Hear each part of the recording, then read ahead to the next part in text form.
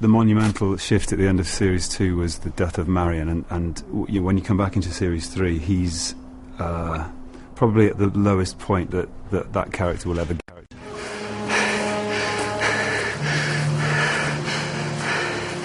The time's come for you to pay for what you did. No, it was you. You forced me to do it. You murdered her. She didn't love you. You couldn't have her. She should have been mine. She was my wife.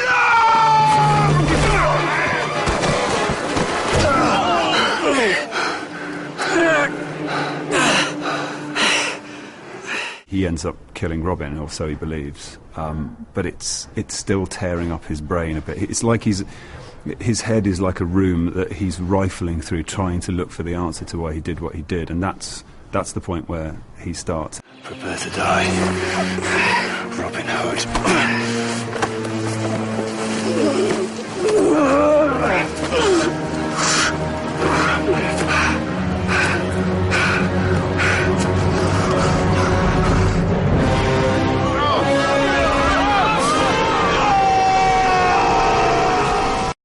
You seem troubled, my son.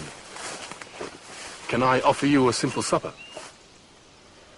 Or a confession? Soothe whatever disturbs your mind. No, I need to keep searching.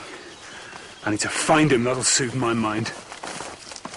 In episode 1, when Gisborne is at his lowest point and he's looking for Robin, and he meets Tuck in the woods, and there's a sort of moment where Tuck recognises Gisborne for who he is, and he senses something in his spirit, and they start to form a quite a unique relationship. And there's a scene where Gisborne confesses to Tuck about his inner feelings. I think that's going to be picked up in some of these episodes as a way in for Gisborne.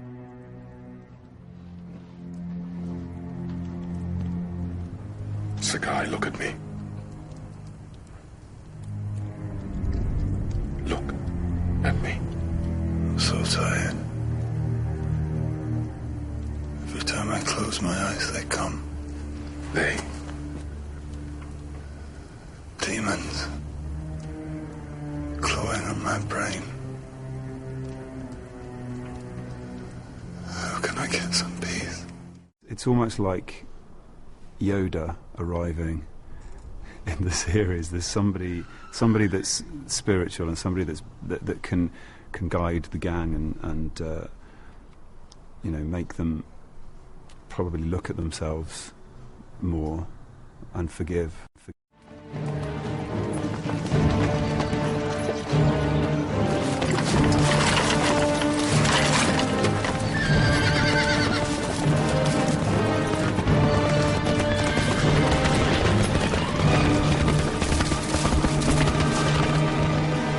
When his sister arrives, it has a huge effect on his character, because Gisborne's always professed to have no family. So he's invented his own history, as it were. When she arrives, that changes everything. And he begins to see himself in her, because they're so alike. So that kind of triggers his journey to redemption, because he starts to see himself through it. One of the first things that's new about Series 3 is obviously the look of all the characters. We've had a new designer in.